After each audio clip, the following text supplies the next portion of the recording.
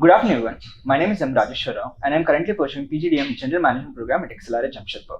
Today's episode is very special for me because it brings together my two worlds: the world of Cognizant, where I began my professional journey, and the world of consulting and management, where I'm exploring in my MBA journey. We have Mrs. Maneesha Gupta, a leader who truly embodies transformation and consulting excellence. She currently serves as the head of transformation management in Cognizant Consulting India and have been with the firm since 2016. Her remarkable journey began as a senior engineer in research and development at LG Electronics. Over the years, she has accumulated more than 2 decades of experience across TCS, Infosys, and now at Cognizant. She has led complex transformation programs in areas of M&A, integrations, IT modernizations, and GCC setups, collaborating closely with global CXOs across industries and geographies. Beyond her professional excellence, she is a passionate advocate for women in consulting, serving as a sponsor for women in consulting initiatives and mentoring emerging leaders across organizations. It's an absolute privilege to have you here, ma'am, today. Welcome to the show as well. Thank you. We shall have a detailed conversation about various topics where I've curated some questions about that. And I have a surprise element in the end, which I'm planned for. Okay. I guess you're excited for that. Absolutely. And thank you for having me. Thank you, ma'am. So, shall we start? Absolutely. So, let's start with your journey into consulting. You have built such a remarkable career across global consulting giants. What inspired you to choose consulting as a long-term career path, and how that journey has been evolved over the years? Okay, so if I look back and reflect on my journey, it wasn't, when I started with LG Electronics, I was pure play into the chassis designing. Back in those days, it was like we have AI and everything now. It was also one of the great technologies to bring in more innovation, etc., in consumer goods. So I started from there. And in manufacturing setup, Six Sigma plays a very critical role. When I got into Six Sigma, I realized there is more that I could do beyond R&D.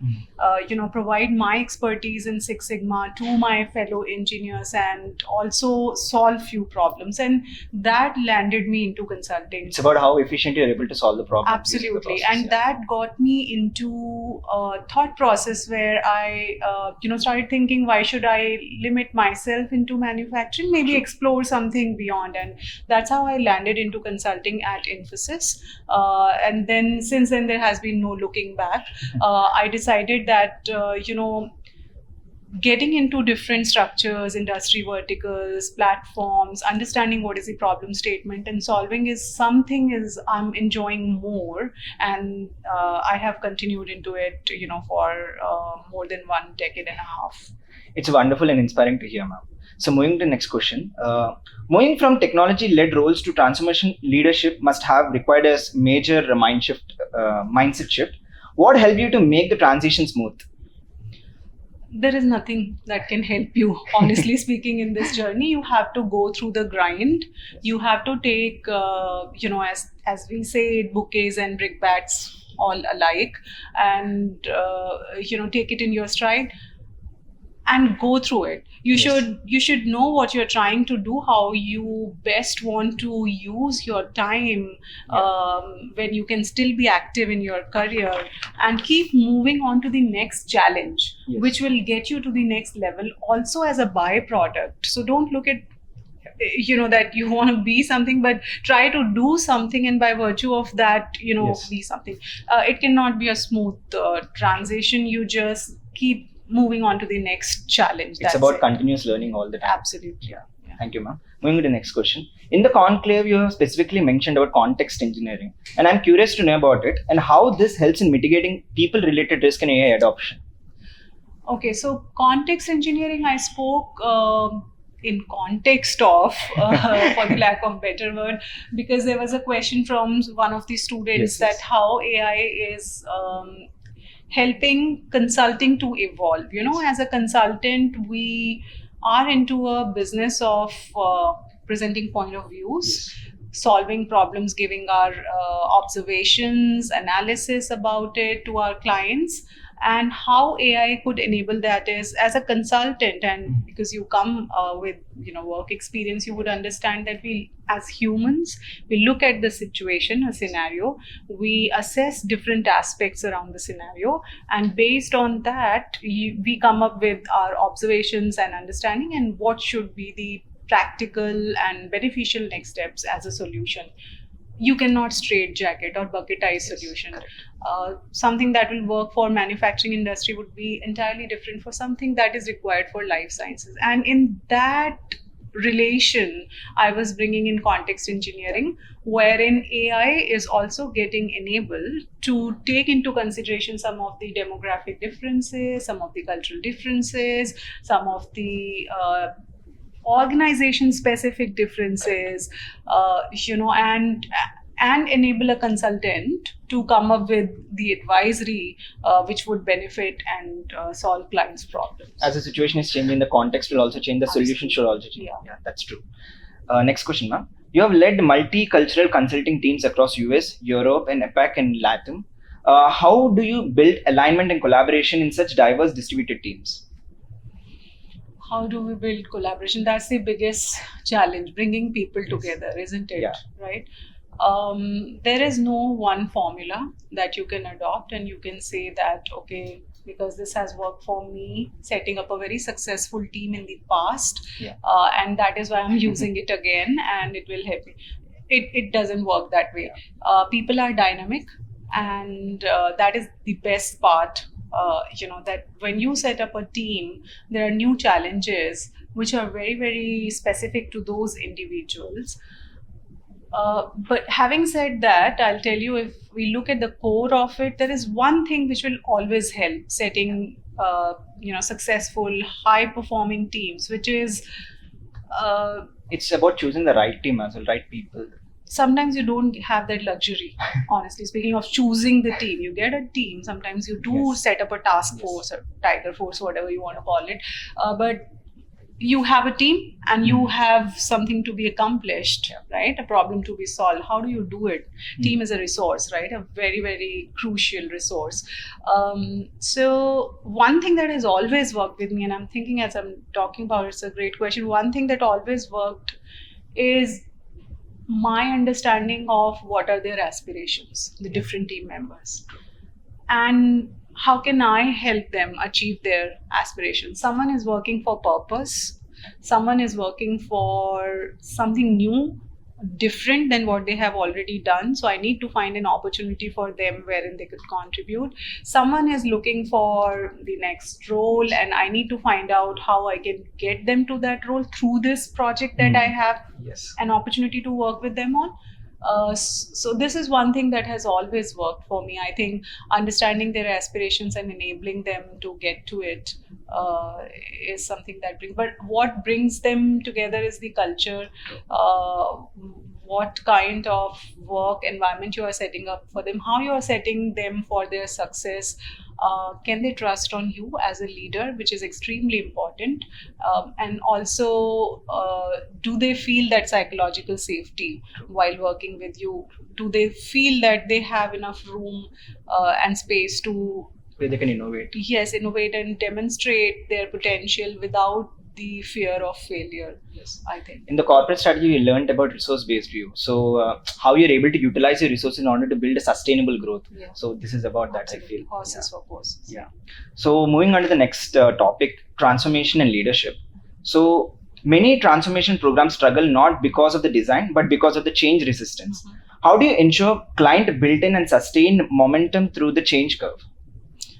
So I spoke about it during panel discussions as well, that organizational change management is extremely critical, because the latest of the technology or the process improvement that you are implementing for your clients, you can implement it, but it is not successful until they are adopted. And we did this exercise also that Prashant made us do. Wherever there is discomfort, there will be resistance, right? So bringing in experts who could look at that and solving the problem in a very structured way, the way you would solve a business problem, assigning KPIs to it, that this is how it would impact your ROI in the end, doing that business metric mapping, and then working towards it, defining goals for it. And also we should not look at the org change management as a standalone separate stream, but whatever your transformation timeline and milestones are, it should be integrated within it. And I think that really helps organization to manage that resistance. As they mentioned, you should be comfortable with uncomfortable as well, and you should be able to align with it. True, rightly said, ma'am. So moving on to the next question. Consulting is evolving fast with AI, automation and data-driven insights. How do you see these technologies reshaping consulting engagements in the next 5 years? Next 5 years is a very long time. Let's see how it is reshaping consulting in over next 2 years frame, because it is evolving really fast.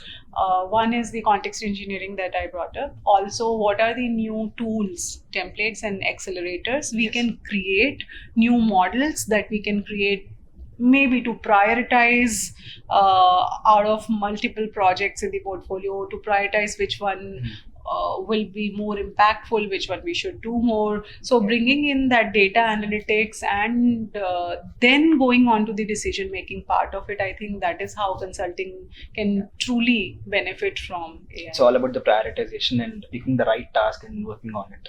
True. For the next generation of consultant, what skills and mindsets are non-negotiable to stay relevant in the evolving space? Yeah, I mean, those skills and mindset have always been there, and there are more that have added to it, but the previous ones still remain there. First is willingness to learn. Yeah, because in consulting, what happens is you are with the same organization. Let's say you are in consulting any ABC organization for 5 years, but you are moving from one project to another is as good as moving from one company to another. When you are on client side, you are solving one of their problem statements. You have to really adopt to that client culture, their ways of working. You have to understand, then only you'll be able to help them as a consultant. Then you move on to your next project. So you adapt yourself to the new ways of working again. So I think constant learning is one thing, curiosity is another. But most importantly, what I'll say is dislike for complexity. Try to remove complexity from what you are, right from pitching to what you are solutioning to what you are executing. Remove complexity, make it very, very commonsensical, always related to the outcomes. It will simplify the process as well. And as you mentioned, moving from one project to another project is like moving from one company to another company. That's actually true. So for the students of XLRI, many of whom aspire to build a consulting career, what is the one capability they must cultivate early on to stand out in this field?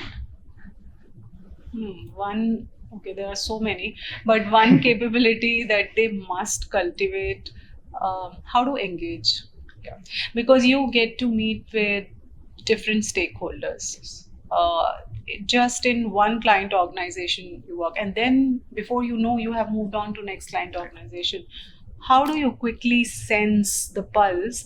How do you read the room well?